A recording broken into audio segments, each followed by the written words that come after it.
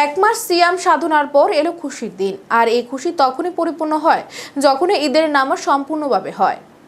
ঈদকে কেন্দ্র করে বৃহস্পতিবার সোনামুড়া মহকুমার বিভিন্ন মসজিদে বা ঈদগাহ ময়দানে ঈদের নামাজ অনুষ্ঠিত হয়। কোনো কোনো মসজিদে নামাজ শুরু হয় 7টা, আবার কোথায় কোথায় 8টা। তবে সোনামুড়া মহকুমার মেলাঘর কলমক্ষেত মুরাপাড়া জামে মসজিদের ঈদের নামাজ শুরু হয় 7টা।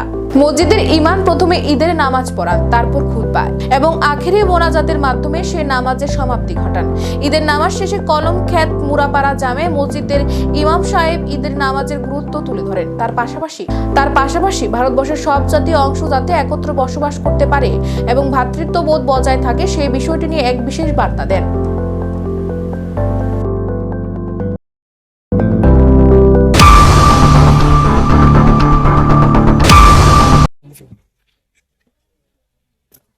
হচ্ছে আনন্দ খুশি।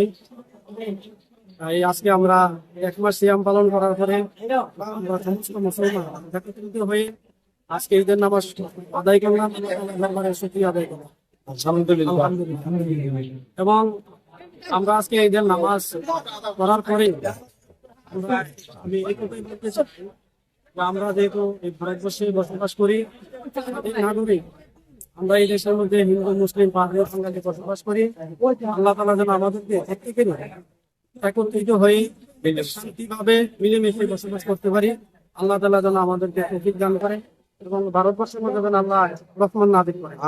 আমিন।